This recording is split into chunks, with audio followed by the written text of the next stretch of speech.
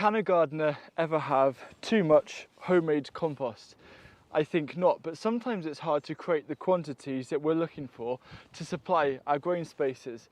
So in this video, I'm going to give you a bunch of fantastic ingredients, almost all of them you can get for free, that you can use to bulk up your at-home compost production. So yesterday, this compost bin had a lot of beautiful homemade compost, and I've emptied it out, storing the compost in a separate area to show you just how quickly you can start building up volume in your bin.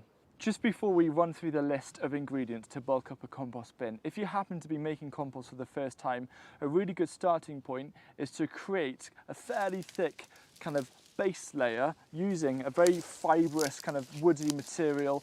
This is old nettles, for example, but you could use something like old twigs and branches, because what that's going to do is going to create air pockets and make sure that there's oxygen underneath. And it's this oxygen that is really important for helping the microbes, which are going to be breaking down the rest of your material.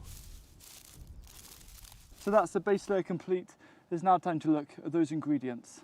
To kick it off is old or spent compost that you've got left over from the previous growing season, where you've grown a lot of crops, so it might not have too much fertility, but you can actually recharge this by putting it back into the composting process. Spent compost can also include module tray leftovers from last year, and also hanging baskets. The next ingredient is wool, specifically the wool that comes in packaging, usually to insulate cold food when you're buying it online and it gets delivered. This is actually both an amazing mulch. Slugs really don't like this as a mulch, which is another benefit, but also it's a natural material, it's a natural ingredient that you can actually apply into your compost bin. Now what I'd recommend is I'd tear it up into smaller bits like this and put that over, or you can actually leave it outside in a pile like I did by accident to start breaking down over a few months, and then you can place that on your compost bin. Another fantastic free ingredient to bulk up your compost bin if you live closer to a coastal area is seaweed. This is some seaweed that I collected from my local beach actually this morning. Now there's quite a few kind of rules and regulations that change depending on where you live and what kind of beach it is, so make sure that you're well versed in what those are. But I think every single gardener knows just how powerful seaweed is, and it's a great thing to add a lot of fertility and nutrients.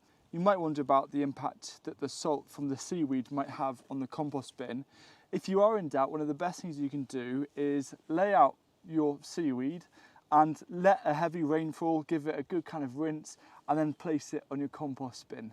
As we run through the list of different ingredients to add to bulk up your compost bin, you might have a question in the back of your mind with actually how much of a single ingredient is too much. You might have enough seaweed to fill up a whole compost bin. Can I use that?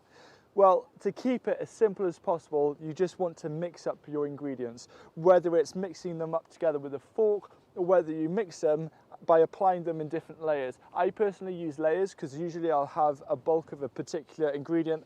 I can just apply a nice kind of 2 to 3 inch or 5 to 7 centimeter layer of that and keep building up the bin like that. The only other thing really to know about composting is balancing out the greens and the brown materials. So that's the nitrogen and the carbon materials.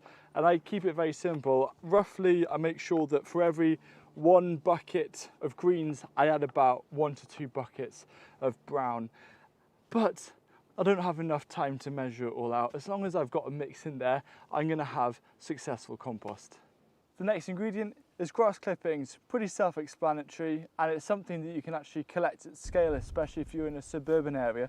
Just make sure that you're getting clippings from grass that isn't sprayed with any kind of fertilizers or pesticides. Perhaps the bulking ingredient that excites me the most out of the list is actually decomposed wood chip. The reason why is that, for me around here at least, it's really easy to get a hold of wood chip. However, it does take a while to break down. So we've just left it in a pile for a couple of years and it's almost turning into its own compost. Now all I think this needs is a growing season in a compost bin mixed in with a load of other ingredients, and this is a fantastic resource to really bulk up your compost bin, and it's going to be one of my core kind of ingredients, I think, moving forward as I try to become more self-sufficient in creating my own compost for the garden. Another great material is cardboard, and it's a very easy thing to collect from kind of any small business that deals with a lot of boxes. For example, I get a lot of my cardboard from my local garden centre. What I suggest is just tear it up and then give it a good water. Because it's quite dry, it needs that bit of moisture, so give it a good soaking, and it's another great thing to bulk up your pile.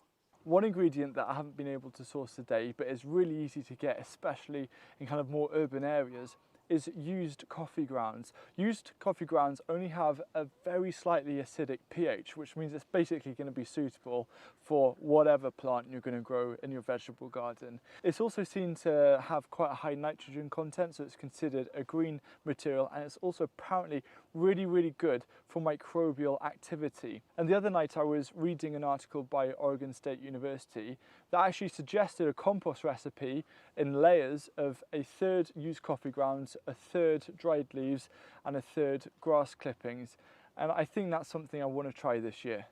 Another absolute must of material are autumn or fall leaves. Now, obviously, these are mostly going to be in abundance during autumn, but what you can do is you can collect as many as you possibly can during that time and bag them up. And then you're going to have actually quite a valuable stock of carbon or brown material that you can use to gradually bulk up all of your bins over winter, spring and summer. I truly believe that as an individual, composting is one of the best investments you can make. Forget investing in the stock market. Creating your own highly valuable homemade compost is one of the most valuable things you can do. If you can imagine saving your vegetable scraps and also your neighbour's vegetable scraps, or perhaps a local restaurant's, along with all of these bulk items, you'll see just how quickly a compost bin can fill up.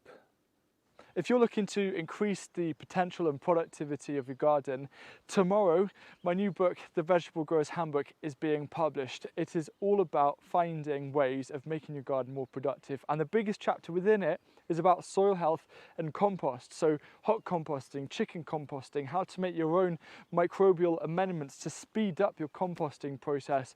All of this is available. So if you found this video useful, please do pre-order a copy of that book. I promise there's going to be something in there that you're going to learn. And whilst you're waiting, watch this video here about why chop and drop is another core tool to use in your garden to improve soil health alongside making your own compost.